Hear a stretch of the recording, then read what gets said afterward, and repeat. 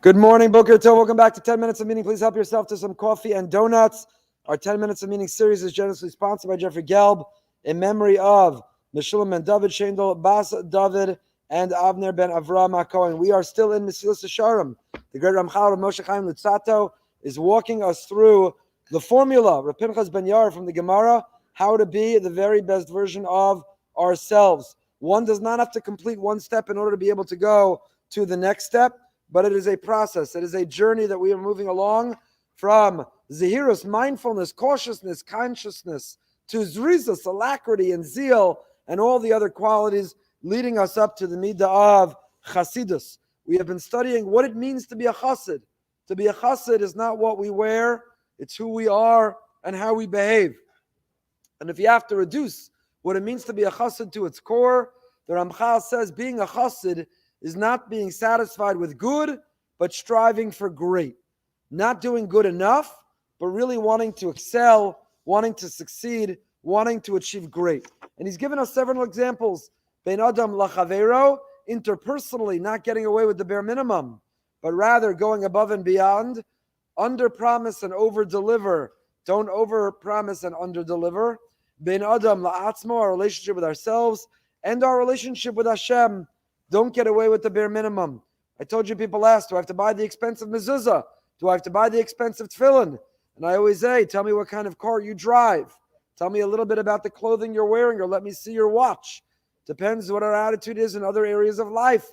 Are we satisfied with the bare minimum? Or do we go above and beyond? Jewelry. Above and beyond. Yeah.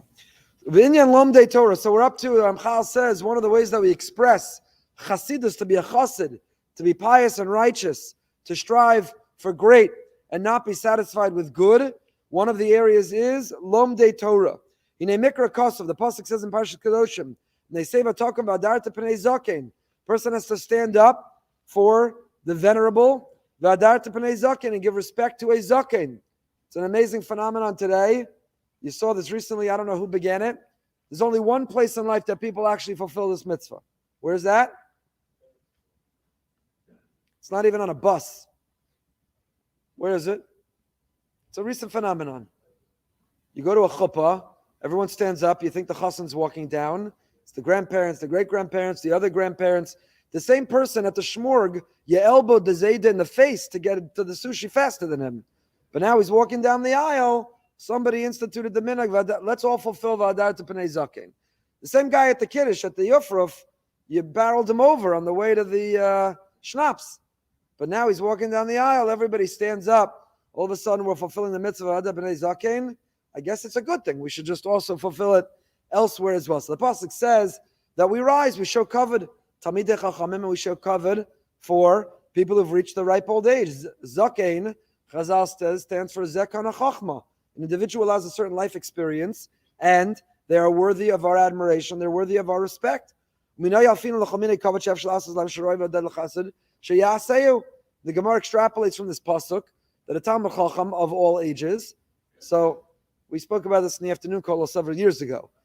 What is the criteria? How do you fulfill? What obligates us in Mefnei Seva talking about Darta b'nei zaken? If you're a zaken, but you're not a Talmid Chacham, if you're a Talmid Chacham, but you're not a zaken. So Kvar Zechron Levracha Asir Hashem Yechbed, pasuk in Tehillim, Gemara Ksubis quotes, one who honors those who fear Hashem. Yehoshafat King of Judah.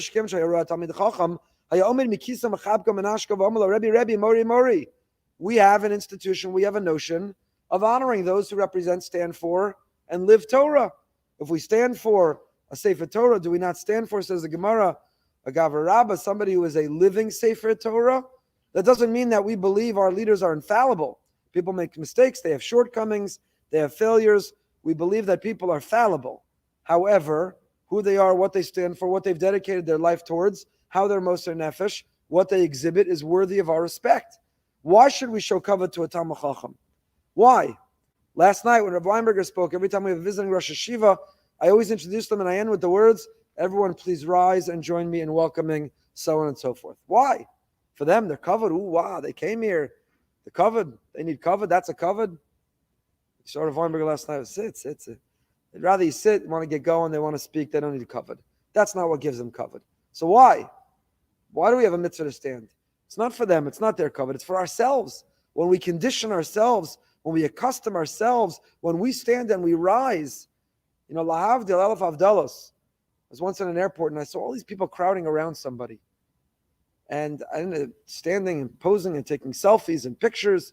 So, your natural inclination is, I wonder who that is. I wonder if I want to go meet him. I wonder if I want a picture with him. That was some star from the cooking channel. Did nothing for me. So I didn't even get up from my seat. But you saw the whole terminal was, first of all, how big a star if he's already flying commercial in the airport, waiting online, wearing a mask. Not worth getting up for. So, but you see, so everyone runs over. You see what a person shows kavod for. What's exciting? Who is the commodity you want a picture with? Says everything about you. You want a picture with the athlete, the politician, celebrity, or the Talmid Chacham? Who do you want to be connected with, associated with? For whom do you stand? Says everything about you. Does that mean we think they're infallible? They're perfect? No. Is it for their ego? Chas v'shalom. It's for ourselves. This is how we express chasidus, to be a chasid in the realm of kavod Torah. When the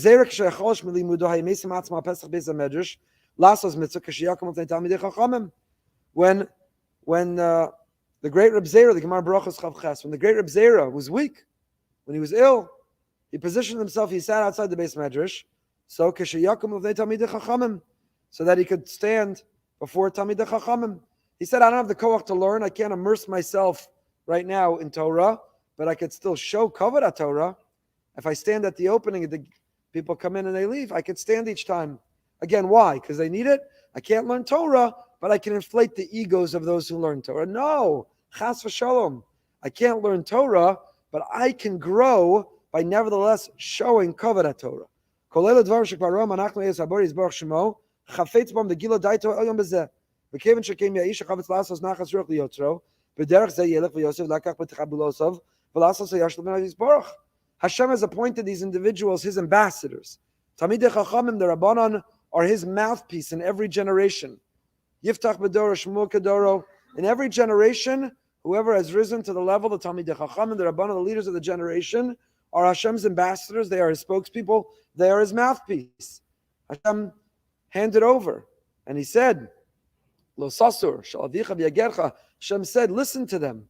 So when we rise, when we respect, when we acknowledge, when we go out of our way to be malavet, to escort, to show kavod, again, it's not for them. A real righteous Talmid Chacham himself has no interest and runs away from the kavod. But we have to chase them, giving the kavod, not for them. Because what does it do? It reflects our love of Hashem, our love of His Torah, and what our priorities are in life. Are you running after the celebrity? Are you running to get the autograph of the ball player? Are you running after the politician? Or are you running after the Talmid Chacham? With whom do we connect? Who do we admire? Who is our social currency? Who is our social currency?